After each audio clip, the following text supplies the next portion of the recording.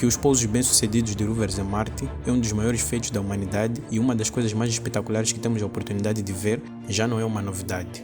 Mas você já se perguntou como eles são controlados e conduzidos a partir daqui da Terra, a mais de 225 milhões de quilômetros e com um delay de sinal de mais de 12 minutos?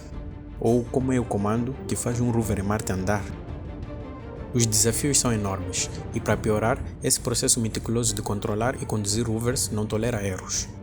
Um erro na escolha do melhor trajeto para o rover seguir pode acabar por fazer com que o rover se choque contra uma rocha ou colocá-lo em uma inclinação acentuada e perigosa, que ofereça risco de capotamento, por exemplo.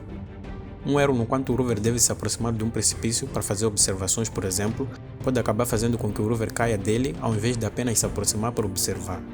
E talvez o mais comum deles, um erro na escolha do melhor caminho, ou pelo menos o que seja menos perigoso para o rover, pode acabar por fazer com que as rodas acabem por se enterrar no areal de Marte e seja impossível de o tirar. E foi exatamente isso que aconteceu em 2009 com o rover Spirit. Ao mover o rover para mais uma caminhada, durante o Sol 1899, uma das rodas acabou se enterrando no areal fofo de Marte. A equipe tentou desesperadamente livrar o rover, mas infelizmente sem sucesso. E para piorar, uma das rodas deixou de funcionar, deixando o rover com apenas 4 rodas operacionais das 6 que ele possui. Após vários meses de várias tentativas sem sucesso, a missão foi redefinida para uma plataforma estacionária. Ou seja, um erro de nada pode fazer com que 10 anos de muito trabalho e um rover de bilhões sejam totalmente perdidos ou parcialmente. E uma das peças-chave para que todo esse processo de comunicação com o rover se inicie ou seja possível é o Deep Space Network. Um conjunto de 3 instalações contendo antenas espalhadas por 3 lugares diferentes e estratégicos na Terra. Uma em Goldstone, nos Estados Unidos, outra em Madrid, na Espanha e a última em Canberra, na Austrália. Essas instalações encontram-se em pontos estratégicos de forma a criar uma cobertura praticamente total na Terra. De maneira que não importa em qual direção a Terra esteja em relação a Marte, seja sempre possível enviar ou receber sinais. Em cada uma das 3 instalações há várias antenas, das quais algumas são de 34 metros de diâmetro e uma gigante de 70 metros de diâmetro. A enorme superfície permite captar sinais extremamente fracos. A outra peça importante são os satélites que orbitam Marte, como o Mars Reconnaissance Orbiter e o Mars Odyssey. Com todo esse aparato montado e uma vez o rover em solo marciano, é possível começar a controlá-lo. Para que o sinal enviado a partir daqui da Terra para o rover, com requisições como tire fotos, faça um vídeo, ande 15 metros para frente e curve à direita em 90 graus, ou inspecione aquela rocha, possam chegar até o rover, é necessário que ele tenha antenas para captar tais sinais. No caso do rover Perseverance, assim como o Curiosity, são 3 antenas. A primeira e também a mais usada frequentemente para transmitir dados para a Terra é a Ultra High Frequency Antenna, ou antena de frequência ultra alta, que opera na faixa dos 400 MHz. Devido às limitações na capacidade de transmissão, os dados transmitidos por essa antena são primeiramente enviados para os satélites que orbitam Marte e, através deles, e usando antenas mais potentes, são posteriormente retransmitidos para a Terra. Só tem um problema. Para que esses dados possam ser enviados para os satélites que orbitam Marte, o rover precisa estar em linha de visão com o satélite. E isso acontece uma vez por dia marciano e a janela para a transmissão dos dados é de cerca de 8 minutos. Após essa curta janela, a linha de visão é perdida e os dados não podem mais ser transmitidos. Nesse tempo, podem ser transmitidos entre 100 a 250 megabits de dados a partir do rover. A segunda antena presente no rover Perseverance, assim como no Curiosity, é a X-band High Gain Antenna.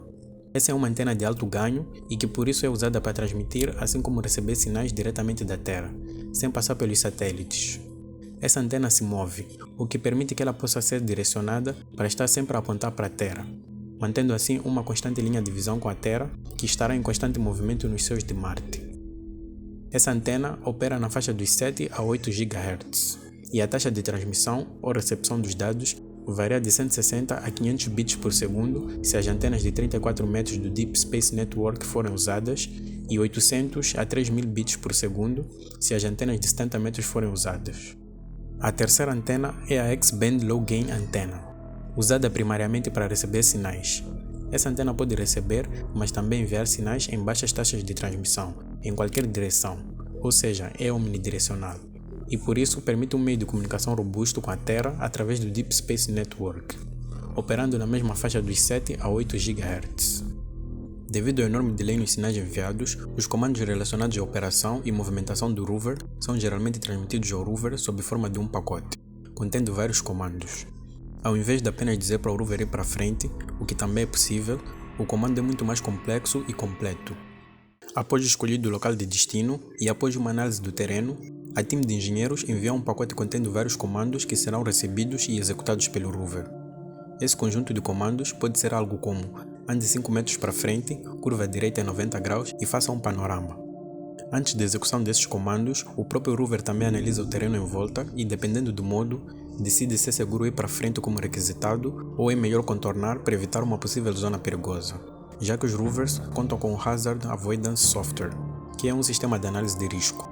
Basicamente, para controlar ou conduzir um rover de 2,7 bilhões de dólares que está a mais de 200 milhões de quilômetros de distância via sinais de rádio e com um delay de cerca de 12 minutos, a equipe de engenheiros da NASA combina softwares sofisticados, realidade virtual, imagens de alta resolução de satélites e imagens de dados obtidos pelo próprio rover e óculos 3D. Tudo isso é combinado em um ambiente 3D sofisticado e bastante detalhado que mais se parece com um jogo, que permite que os engenheiros possam controlar e conduzir o rover a partir daqui da Terra de forma segura. E o software que gera esse ambiente 3D para os controladores aqui na Terra chama-se RSVP, ou Rover Sequence and Visualization Program, que foi continuamente melhorado com o passar dos anos, e foi inicialmente usado para o rover Spirit. Existem basicamente 3 modos de condução para os rovers. O Blind Driving, que é o mais simples, mas também o mais perigoso. Consiste basicamente em apontar o rover para uma direção e fazê-lo simplesmente ir para frente por alguns metros. Porém, é perigoso porque é uma condição totalmente baseada no que dá para ver, e alguns obstáculos no terreno podem ser mais perigosos do que aparentavam. O outro é o Visual Odometry, que é uma técnica que consiste basicamente em estimar o quanto o rover se moveu, baseado em quantas rotações as rodas fizeram. Porém, as rodas dos rovers tendem a derrapar muito em superfícies irregulares. Por isso, para aumentar a precisão, tanto o Curiosity assim como o Perseverance usam suas câmeras para tirar fotos do antes e depois e com isso estimar o quanto o rover se moveu. Esse é um sistema totalmente autônomo do rover. E por último tem o modo Autonav, em que a time de engenheiros escolhe um alvo ou destino e o rover tenta chegar até ele de forma totalmente autônoma, enquanto usa seus sistemas de análise de risco para evitar zonas perigosas detectadas pelos seus sistemas, assim como das que foram destacadas pela equipe. E a eficiência desses softwares foi comprovada logo nas primeiras caminhadas do rover Spirit, lá em 2004 durante o Sol 106, em que o rover desviou de uma pedra de 21 cm no percurso, assim como de algumas outras de forma totalmente autônoma. E aqui dá para ver esse percurso feito no modo Visual Odometry e Autonav, sendo reproduzido no Rover Sequence and Visualization Program, ou RSVP. As câmeras que compõem o Hazard Avoidance Software são as HazCam, localizadas na frente e na traseira do rover.